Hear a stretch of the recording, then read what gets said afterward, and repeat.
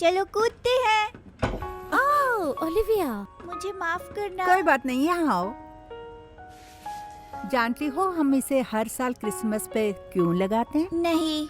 इसे हर साल क्रिसमस के समय यीशु के जन्म का जश्न मनाने के लिए स्थापित करते हैं। यही वास्तव में क्रिसमस के बारे में है। क्यों? क्योंकि वो इस दुनिया का अब तक का सबसे महत्वपूर्ण उपहार था। वो हमारा उद्धार करता है।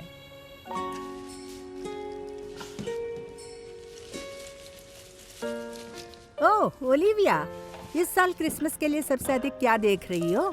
गिफ्ट्स को छोड़कर हाँ हाँ, उसके अलावा 2 हफ्तों के लिए कोई स्कूल नहीं। हाँ, और मेरी फेमस ट्रिपल चोको कुकीज। तुमको लगता है कि मैं बना सकूंगी? मुझे उम्मीद है। ठीक है, ये ना भूले कि क्रिसमस वास्तव में क्या है। मुझे पता है दादी माँ, ये तो यीशु के बारे में है।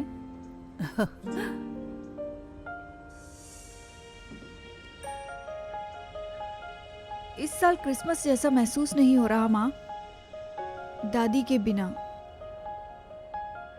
मुझे पता है, लेकिन ये साल का उसका पसंदीदा समय था और उसके पसंदीदा कामों में से एक था आपके साथ नेटिविटी सीन सेट करना।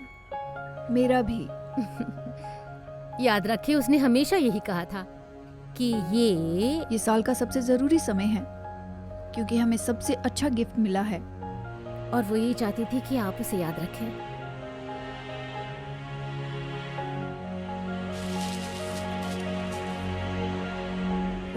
गिफ्ट्स। तो स्वर्गदूत के बारे में क्या? देखो, स्वर्गदूतों ने मजूसियों को यीशु के जन्म के बारे में बताया था। अब तक का सबसे अच्छा गिफ्ट वही है। लेकिन क्यों? यीशु उद्धारकर्ता और प्रभु है और उसी के कारण हम सब के पाप क्षमा हुए हैं। इसीलिए उसका जन्मदिन आप मनाते जहाँ हैं। भी हैं, जो कुछ भी चल रहा है, क्रिसमस आपके उद्धार और आपके अनंत जीवन के बारे में है और ये बहुत ही मुख्य है।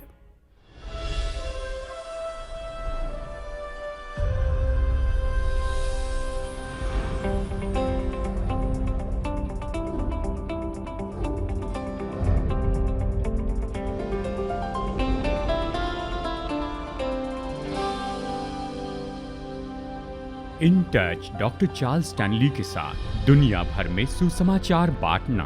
आगे इन टच में सच्चाई जो हमें मुक्त करती है।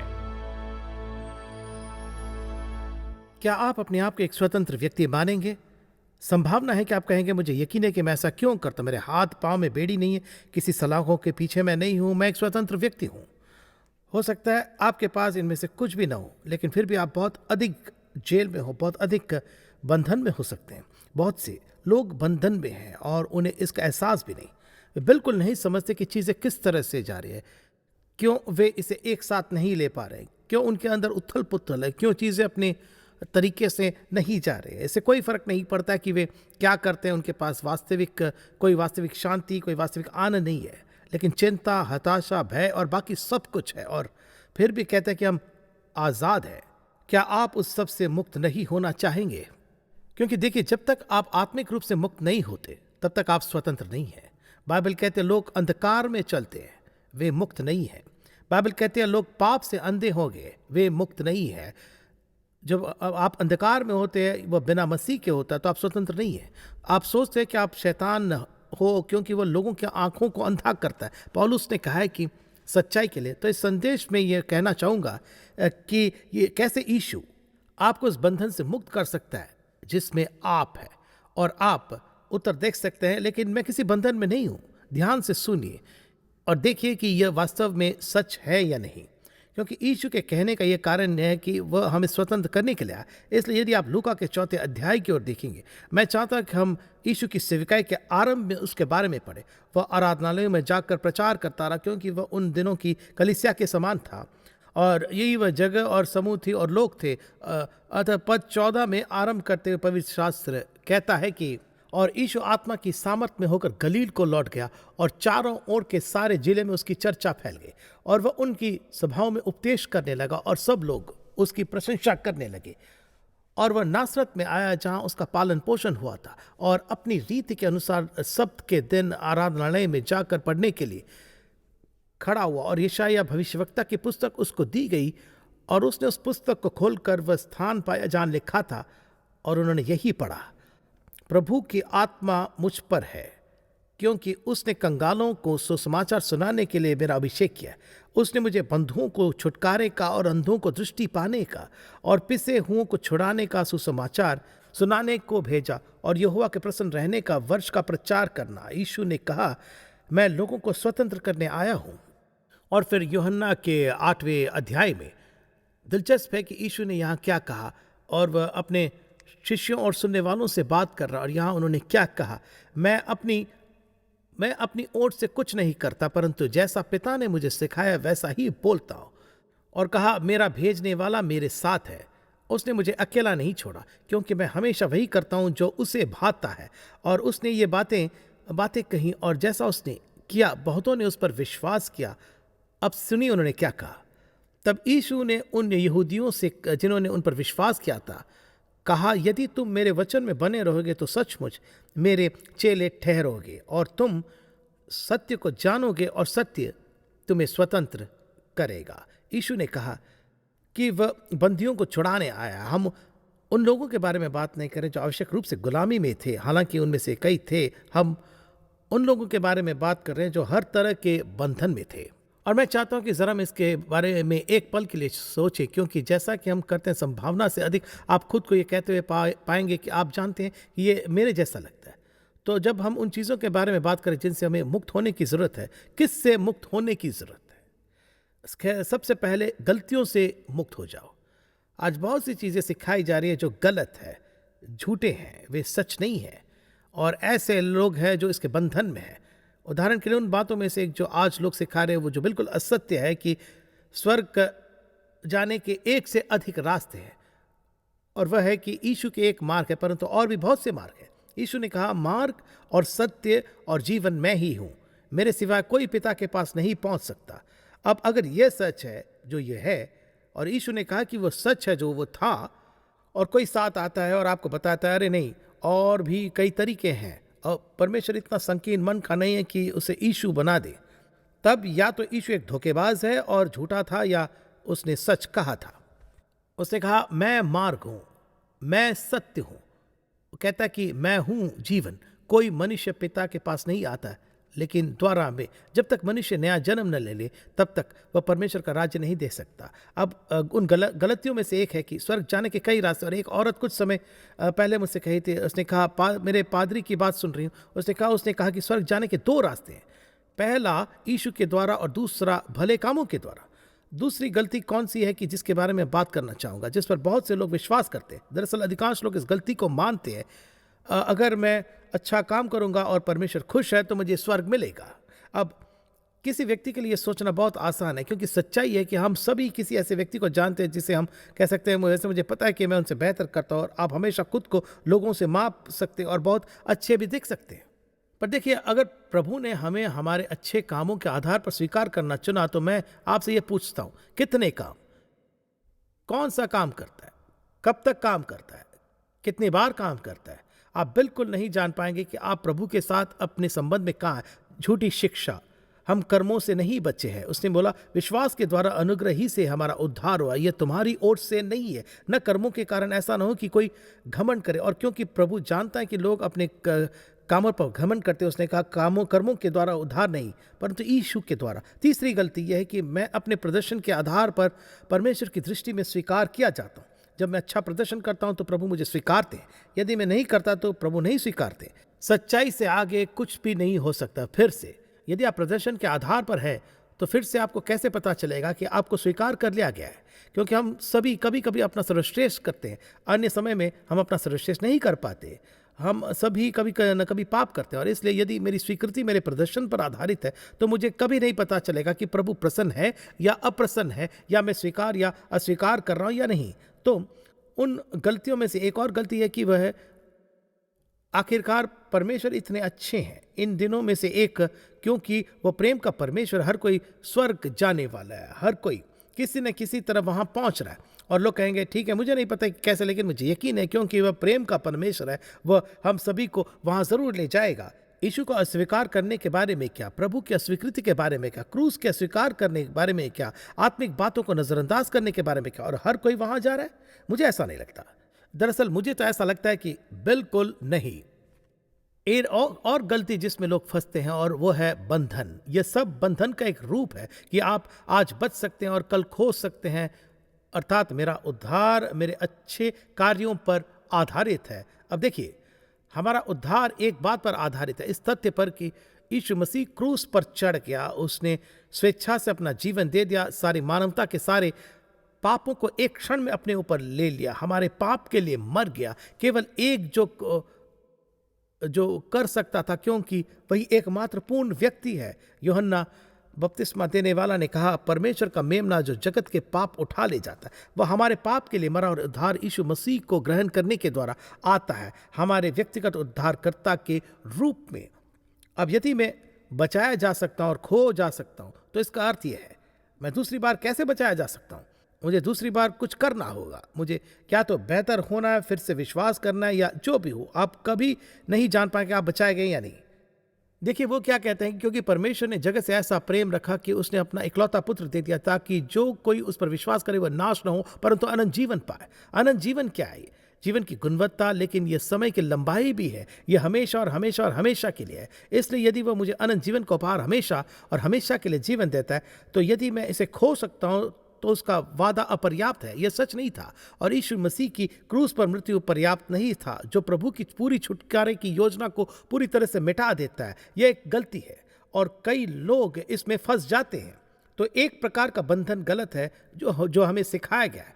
बंधन का दूसरा रूप शास्त्रों में बहुत ही स्पष्ट है कि हमारे जीवन में बुरे कर्म है। जरा सोचिए, यदि कोई व्यक्ति इसे पीता है तो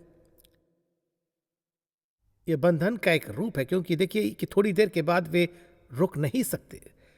कोई भी शराबी कभी शराबी नहीं निकला, कोई भी नशेबाज कभी भी एडिक्ट नहीं निकला, कोई भी व्यक्ति जो कामातुर है वो कभी भी ऐसा होना शुरू नहीं हुआ। ये बंधन के रूप में, लेकिन एक झूठ बोलना और चोरी करना और धोखा देना और सभी प्रकार की बेईमानी और आलस्य, ये सभी प्रकार के बंधन हैं जिनमें लोग बिल्कुल फंस जाते हैं। और अब बंधन का एक और रूप है, और वह है भावनात्मक बंधन। और यह ऐसा बंधन है जो कई बार इतना नुकसान कर देता है कि लोगों को पता भी नहीं चलता। भावनात्मक बंधन का एक रूप क्या है? भावनात्मक बंधन का एक रूप है डर। यीशु के पास उस पर विश्वास करने और न डरने के बारे में कहने के लिए बहुत कुछ था। डरो मत, डरो मत, डरो मत। भय बंधन का एक रूप है। ऐसे लोग हैं जो हर सुबह उठते हैं और वे एक्सप्रेसवे पर गाड़ी चलाने के बारे में सोचते हैं और डरते हैं कि उनके साथ क्या हो सकता है। लोगों को बुढ़ापे का डर है, लोगों को डर है कि उन्हें जीवन में पर्याप्त देर नहीं होने वाली है। लोग खराब स्वास्थ्य से डरते हैं, लोगों को पर्याप्त पैसा नहीं होने का डर है। लोग इस बात से डरते हैं कि उनके बच्चों का क्या होगा। आप बस उन चीज़ों को जारी रख सकते हैं जिनसे लोग डरते हैं। अब वे कहते हैं ठीक है, ये बंधन नहीं है, अच्छा डरना बंद करो, इसे आजमाएं। वैसे लेकिन मैं जानता हूं कि आप नहीं कर सकते। परमेश्वर को आपको भय की आत्मा से छुड़ाना चाहिए। यह परमेश्वर का नहीं है, यह शैतान का है। वह चाहता है कि आप डरें, क्योंकि देखिए, जब तक आप चीज़ों से डरते हैं आप प्रभु पर भरोसा नहीं करते। और डरना एक प्रकार का बंधन है। फिर निश्चित रूप से जब मैं उन सभी चीज़ों के बारे में सोचता हूं जो भावनात्मक रूप से हमें बांधती है, तो यहां सबसे खराब ईर्ष्या बंधन का एक भयानक रूप है। क्योंकि यहां होता क्या है, मान लीजिए कि कोई है जिससे आप ईर्ष्या करते हैं। आप जानते हैं कि उनको यह पता भी नहीं हो सकता। यहां आप चोट खा रहे हैं और पीड़ित हैं और हर तरह के भावनात्मक आघात से गुजर रहे हैं, और उस दूसरे व्यक्ति यह भी नहीं जानता कि आप मौजूद हैं, लेकिन आप इसे महसूस करते हैं क्योंकि आपके पास उनके प्रति गलत रवैया है। और इसलिए जब मैं बंधन के बारे में सोचता हूं तो उन लोगों के बारे में सोचता हूं जो इस बंधन में जीते हैं। अतीत के कर्मों का दोष और जो चीजें अतीत में हुई थी, अगर आपको इसे दोबारा करना है तो आप ऐसे नहीं कर सकते। यदि आप इसे नहीं कह सकते तो इसे आप नहीं कहेंगे। आप उन स्थितियों और परिस्थितियों को देखते हैं जिन्हें आप एक पल में बदल सकते हैं। यदि आप कर सकते हैं लेकिन आप नहीं कर सकते, और इसलिए आप अपराध बोध के साथ जीते, पछतावे के साथ जीते, और आप अपने दिल में गहरे गहरे दुख के साथ जीते हैं, लेकिन फिर भी आप इसके साथ जीते हैं, दोषी महसूस करते हैं, और इसलिए आप इसे कई बार प्रभु के पास लाए, प्रभु मैं आपको मुझे क्षमा करने के लिए धन्यवाद देता हूं, मैं जानता हूं कि आप नहीं दिया, और फिर आप वो 3 अक्षर का शब्द जोड़ते हैं लेकिन, क्योंकि आप इसे नीचे नहीं रख सकते हैं। देखिए, आपके अतीत में जो कुछ भी हुआ है, चाहे वो जो कुछ भी हुआ हो, अगर आप परमेश्वर का पुत्र बनकर उनसे क्षमा मांगने के लिए कहें तो वो आपको जरूर क्षमा करेंगे। देखिए, जब आप उनसे क्षमा करने के लिए कहते हैं तो वो यही कहता है, यदि हम अपने पापों को मान ले तो वह विश्वास योग्य और धर्मी है, यानी वह हमेशा रहेगा, मतलब कि उसे ऐसा करने का अधिकार है। वह हमारे पापों को क्षमा करने और हमें सब अधर्म से शुद्ध करने में विश्वास योग्य और धर्मी है।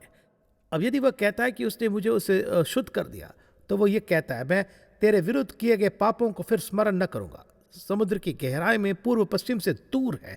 ऐसे लोग हैं जो अतीत के पछतावे के साथ जीते हैं, और वे पछतावे गहरे चलते हैं, और वे तीव्र है और भावुक है, और वे आहत है, और वे दर्दनाक है, और वे इससे दूर नहीं हो सकते हैं। और यदि आप एक ही चीज के लिए परमेश्वर से बार बार क्षमा मांग रहे हैं तो आप इसके बंधन में बिल्कुल पड़ गए हैं, और ये सच है। और दूसरी बात, आप अविश्वास में हैं, क्योंकि आप वास्तव में विश्वास नहीं करते कि उसने आपको क्षमा कर दिया। ओ, मैं करता हूं लेकिन ये अभी भी आता रहता है। तब आपको इससे निपटना होगा, जो मुझे दूसरे प्रकार के बंधन की ओर ले आता है, और वह है क्षमा न करने का बंधन। यह बंधन का भयानक रूप है। यदि आप जानते कि उन्होंने मेरे साथ क्या किया, मुद्दा वो नहीं है, लेकिन क्या हुआ, आइए आपको बताते हैं, मैं समझाता हूं। तुम नहीं समझते, आप जितना सोचते हैं उससे कहीं अधिक मैं समझ जाता हूं। देखिए, हर किसी के जीवन में किस तरह की चोटें और चीजें चली जाती हैं, ये किसी को नहीं पता।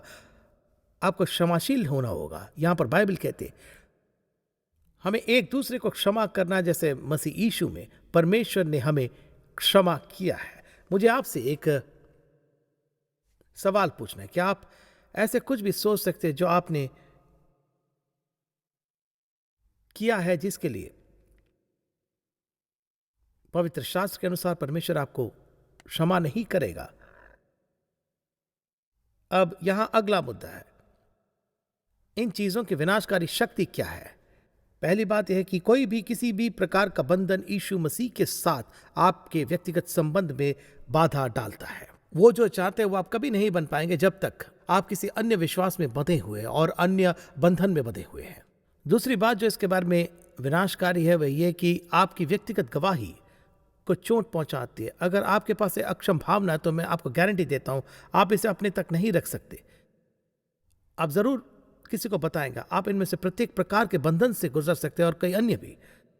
आप किसी को बताएंगे, वे इसे देखेंगे, सुने। अगर आप गुस्से में हैं तो आप इसे अपने तक नहीं रखेंगे। देखिए, दुनिया को आपसे और मुझसे ऊपर रहने की उम्मीद करने का अधिकार है। दुनिया को हमसे अलग जीवन शैली की उम्मीद रखने का अधिकार है। क्यों? क्योंकि हम कहते हैं कि हम परमेश्वर के पुत्र के अनुयायी हैं, हम यीशु मसीह के अनुयायी हैं। वे बेहतर जानते हैं आपकी व्यक्तिगत गवाही को वो चोट पहुंचाता है। इतना ही नहीं, यह परमेश्वर के हृदय को दुखी करता है।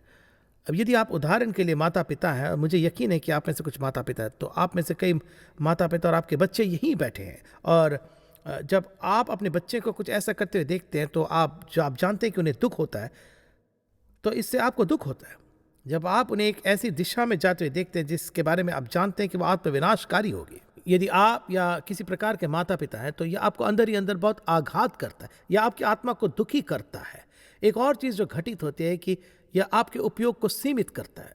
यदि आप इन चीज़ों के बंधन में हैं तो परमेश्वर हमें केवल उसी हद तक उपयोग करने जा रहा है जिस हद तक हम उसके सामने आज्ञाकारी रूप से चलते हैं। केवल एक चीज़ जो आपको अपनी पूरी क्षमता तक पहुंचने से रोकेगी वह आप है, क्योंकि प्रभु आपकी परिस्थितियों को बदल सकते हैं। वो आपके जीवन में चमत्कार कर सकता है, आपको वहां रख सकता है जहां आपने कभी सोचा भी नहीं होगा कि आप होंगे। वो आपको उन तरीकों से उपयोग कर सकता है जो इस सुबह आपकी समझ से परे हैं पूरी तरह से, यदि आप उसका अनुसरण करेंगे, यदि आप उसका पालन करेंगे। लेकिन अगर आप नहीं करते तो ये आपकी मर्जी। और कई बार लोग गलत चुनाव करते हैं, वे उन चीज़ों से बन जाते हैं जिनसे उनके जीवन में कोई वास्तविक अंतर नहीं आता। प्रभु के पास हम में से हर एक के लिए सबसे अच्छा है, लेकिन हमें इन चीज़ों से निपटने और उन्हें सावधानी से संभालने के लिए हमें बिल्कुल तैयार रहना होगा।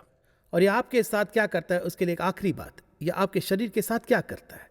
आप कहोगे अच्छा देखिए, ईर्ष्या का मेरे मानव शरीर से कोई लेना देना नहीं है, लेकिन हाँ है, क्षमा न करने वाली आत्मा होना हुआ मेरे और उनके बीच है, मेरे शरीर के बीच नहीं। अरे नहीं, ऐसा नहीं है। मैं पीने और नशा और धूम्रपान के बारे में भी बात नहीं कर रहा हूं, मैं भावनाओं के बारे में बात कर रहा हूं। आपकी भावनाएं आपके शरीर पर काम करती है। अब सबसे मुख्य बात आती है, तो आप कहोगे अच्छा अब मैंने इन सब चीजों के बारे में सुना, मैं इसके बारे में क्या करूं। कई चीजें जिन्हें आपको याद रखने की जरूरत है, कोई पूरा समूह नहीं, और मैं उन सभी को एक पी से शुरू करने जा रहा हूं ताकि आप उन्हें भूल न जाएं। जो भी बंधन, जो भी बुरा काम, जो कुछ भी आप सामना कर रहे हैं जिससे आपको निपटना पड़ रहा है, उससे निपटने का यही तरीका है। सबसे पहले आपको याद है कि आपका यीशु मसीह परमेश्वर पिता के साथ एक व्यक्तिगत संबंध है। व्यक्तिगत संबंध, इसका मतलब कि आपको आपके पाप के लिए क्षमा कर दिया गया।